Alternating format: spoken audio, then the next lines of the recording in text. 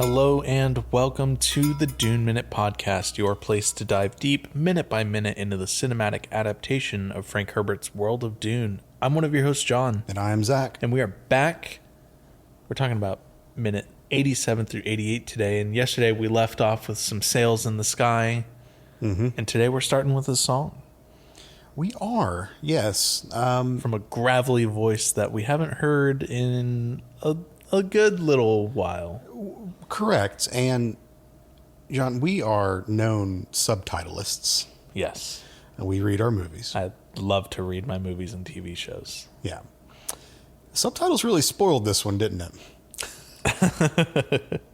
Because before we cut into the interior of this ship, we Gurney Halleck. Yeah, we get Gurney singing. Yeah. And I was like, oh, come on. Damn. Now, I will say, when we were in the theaters watching this for the first time. The theater.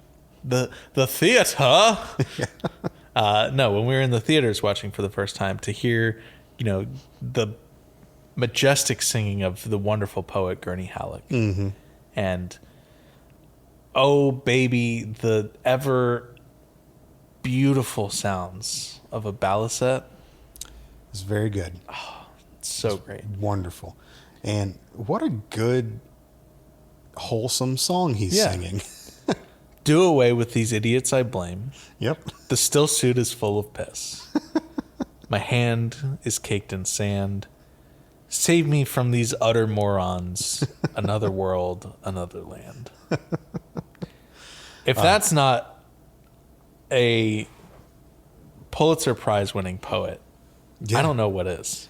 I was going to say that's like the hardest track in a rap beef. It's a diss track like no other. I don't know. I didn't write down all the lines, but I had to write down still suit full of piss. The still suit is full of piss. Processing the thighs. Yes, it's what is it? Urine is processed in the thigh pads. Yeah, urine and feces are processed in the thigh pads. Oh, how I wish Max von Sydow could be here to say that. Urine and feces are processed in the thigh pads. But yeah, we have a very, gruff and, rough looking Gurney. Yeah. We talked yesterday about how time had been shown being passed through Paul's eyes turning blue as he had spent time with the Fedaykin. Gurney had gone from the very, military, hard, flat top cut kind of look and everything to just this super long old man hair. It's not super old. I mean, he's still got, a little bit of black hair and everything in there, but he's certainly no Josh Brolin from the Goonies. That's for sure. Yeah, right. I thought this brought the whole timeline question back up because from the attack to now, I guess it has been 7 months? I think that is probably safe to say. Jessica at this point is very pregnant. Sure. However, she is still pregnant, so... Yeah. Okay. Oh, God. So, Paul... We talked about this earlier in an episode this season, but, Paul tells his mother that he recognizes that she's pregnant when he has his first moment of prescience out in the desert with the whole... saving the, damn the spice, save the workers, the whole fiasco, right? Yeah, his quote unquote allergy attack. Yeah. And she said, how did you know that? I barely even know that, which means that at that point, she's probably 4 to 6 weeks along. Yeah. If I had to guess. Something like that. But it's interesting. So, okay. So if she's 4 to 6 weeks along, then that puts us within the timeline of the embryo that we saw at the start of the movie, which was that 5 to 10 week looking, range. Right. And we know that the start of this movie was direct, hours after the end of part 1. Right. Right. So we have our weird, fetal development jump when Jessica takes the spice. Mm-hmm. But I think we're still probably within that 6 to 7 month window. Okay. So she's still like super fucking pregnant, like ready to, give birth soon, but hasn't quite done that yet. Right. Okay. Then that's some impressive hair growth for Gurney. I have to get my hair cut like once every 4 to 6 weeks. Really? My hair grows fast. Okay. Well, Yeah. So, some of us are lucky, I guess. well, some of us don't have a forehead that starts in the top of our fucking head. Hey, man, at least I recognized it eventually. All right? Eventually, but I have some pictures of you with your I saw fucking some pictures of with me. your 7 head, bro. Yeah, no, I saw some pictures of me from like a year and a half, 2 years ago before I had fully committed Yeah. to shaving it off. And whoo, it was on up there, man. My hairline was making a quick retreat. Your hairline was France, dude. Just giving up. Oh. So, Shout out to all the French listeners. Jesus. So Gurney's song comes to an end here, and the He's pilot, rudely interrupted. Yeah. The pilot says, "We're in," like a hacker in an '80s movie. He says, "We're in," and he reaches over, starts flipping various switches, adjusting technology. Yeah. And Gurney sets down his balisette, which before we leave the balisette, to me, it just looks like they just took the neck off of a, 8-string guitar. Sure. And just like slapped it onto something, which is fine because like it looks great. And I'm curious if, so the way that Josh Brolin is playing looks like someone that has been playing guitar. So I don't know if Josh Brolin He does play. Okay. Yeah, because he's like making chord structures and everything in terms of like how he's actually holding the guitar and how he's moving his hand. It looks very natural. So Yes. So I wanted to thank you for bringing this up because I did want to give them props for this. A lot of times in TV shows or whatever, when someone's playing the guitar, they're just open hand holding the neck, or they're just doing bullshit yeah. on the guitar neck. It doesn't match up to the music that's being played or to any known like chord shapes or anything like that. Yeah. This actually looks real. I saw some church G's in there. Yeah, for sure. Yeah.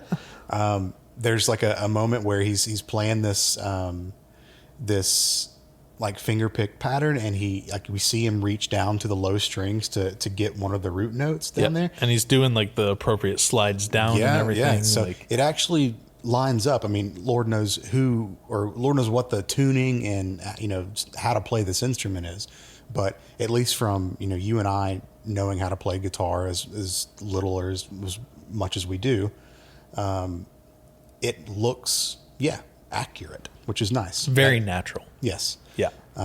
That was a lovely, lovely little piece of detail that, quite honestly, they did not have to put in there. Nope. But you know what? It just adds to it. Yeah. It makes it better. Yeah, So I agreed. props. Absolutely. So I guess wherever they're flying is juicy. They say that a lot. Juicy.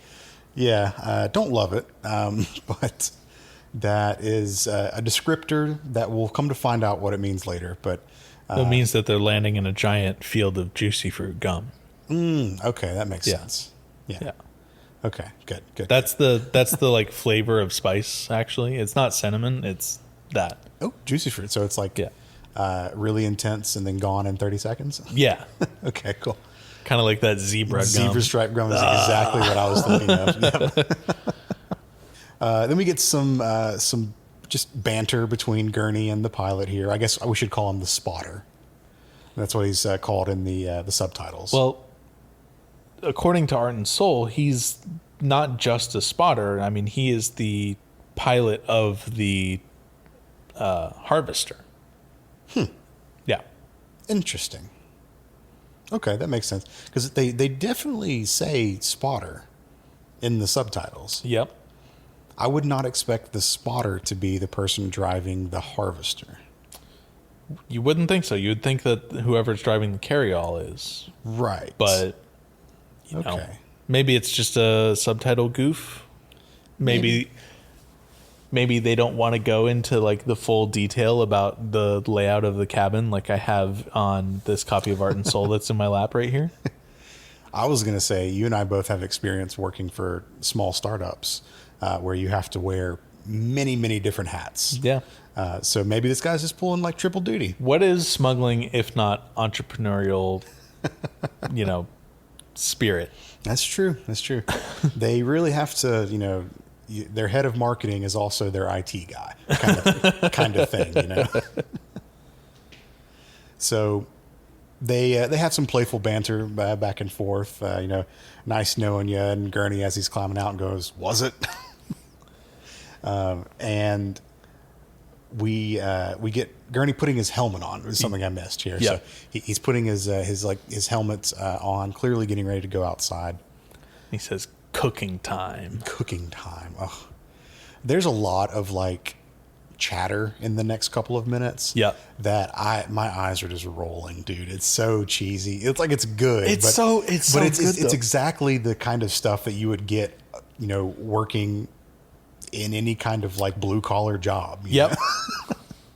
I have to admit, I've never been in the blue collar workforce, but I have had a lot of family members that have been in it. And, we know some people that, have been in that and everything. And like hearing the stories that they have about the shit that people pull on the job, it tracks. Yeah, absolutely. It does. So it's funny. I mean, I was like, ugh, okay. It just reminds me of, growing up out in Paulding County when talking to all the farmers out there, Yeah. It's what it was. So Gurney makes his way outside of the harvester, and the spotter gives them the all clear. And then he just jumps off the end of the harvester. He kind of just like hops off of it. Yeah, and man, we he see him starts to like glide. smack his hip, and we hear the same sound that Duncan had when he like activated his, suspensor field. And Gurney just like kind of slowly descends, and there's such a fucking cool shot of Gurney descending by himself, separated from the harvester, and they're both just like slowly descending. And then Gurney touches down first before, the harvester. And as the harvester's descending, in my notes we hear the creak of its old rusty bones. Yeah. Which I think is the perfect way to describe like all the sounds of it, like, as it's falling, and then when it hits the ground with the loud thud that shakes the earth and everything, there's still like some background like metal warping noises and everything. So Well, they are not expected to have the newest and greatest technology in the smuggling field. this harvester looks like it's seen some better days for sure. Yeah. It's It is very notably not a harvester like the Atreides one, though, that we saw earlier. This one's very different. But we don't have it, we don't have, at least for this minute, much more to see, because the minute ends with Gurney reaching down and scooping up a handful of sand. Yeah. Yeah. So it ends right mid-kneel. Yeah. I was going to say the part of our pre-flight inspection is just making sure that there's no weird sounds that happen when the plane gets like shook. Sure. So you go to one side of the wing, and we're flying Cessna 172s. Yep. And you just like grab the wing and just like push up and down on it to kind of rock the plane back and forth and listen to see if there's anything, like any sounds. Yeah. I mean, as stupid as it sounds, No, it's good. it's probably a really easy way to determine, hey, something doesn't feel right. Yeah, exactly. But the planes that I'm flying are like, 30 something years old or more. Yeah. One of the ones that's at the school is from the 70s. So it is, they're very creaks. It's normal to hear just creaks like that. And I don't know. I find it to be so funny that I'm just over here like shaking a plane back and forth. It reminds me a lot. So I grew up, my dad and his parents are all like big boat people, right?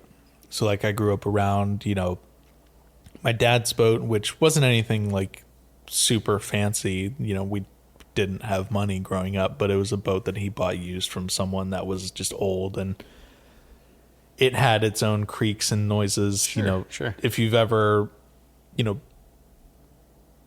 had to, put a boat up on a trailer, the noises that it makes as you're like cranking the winch to like really secure it and tighten it down. Those are definitely those kind of noises that you have. But my grandparents had a sailboat, and like we would go to the sailboat and, go out and spend the night out on the water, which was terrifying if you've never actually done that. Sounds fun. It's fun, but when you're out there and it's just like the stillness of nothing, it's pretty fucking scary. Sure. But yeah, there's still like the creaks and stuff of the boat as it's rocking through the night and all that stuff. I find it to be oddly comforting. It is, but also still terrifying. Yeah, sure. I wouldn't want to, do it for months on end and, be on a sailboat in the middle of the ocean away from shore. Yeah, like that guy who in the past couple of months sailed from, I think it was like Portland or something, to Hawaii with it, just him and his cat. Oh, fuck that. It was just him and his cat on the sailboat, dude. No, fuck that shit. He made it though. Yeah. All right, cool. We're clearly stalling again. Well, before we go, I have some art and soul notes. Oh, nice. We're here. We made it. We are here. We have made it, and I want to talk about this smuggler's cockpit. Okay. So the cockpit and everything was all practical, just like, we had with the Orny Bee and everything. But unlike the Orny Bee, which was filmed in Budapest, all of the shots from the cockpit were actually done out in the deserts in Abu Dhabi. The cockpit itself was built by Classic Mechanics in Budapest, and in order to get it down to Abu Dhabi, what they had to do was they had to ship it in a broken down state, but in climate controlled shipping containers. And the reason why they wanted to do that was because there were a lot of plastics and everything, like the giant rounded, shield top that Gurney like opens up to leave through the top of the cabin. The porthole hatch? That's the word. Yep. That's a giant plastic bulb, right? Okay. So like they wanted to make sure that stayed intact and wasn't warped by the heat of travel. Yep. Because the legs that we saw earlier in the movie in the late 30s episodes for the Harvester, the Harkonnen Harvester, were damaged in the middle of shipping. Okay. Thankfully, they're giant metal legs, so, the damage wasn't as obvious or severe. Sure.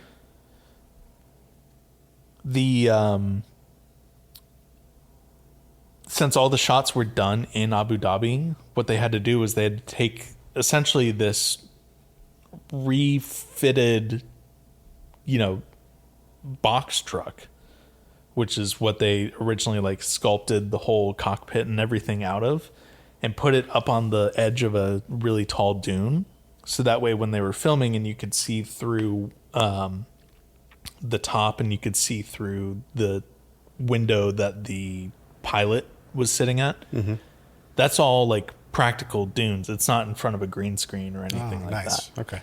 So yeah, a lot of really cool work went into, like the staging and the planning and the construction of this cockpit. It looks great. And where they filmed it, the crew dubbed Cockpit Hill. Classic. Yeah. How original. Yeah. Them.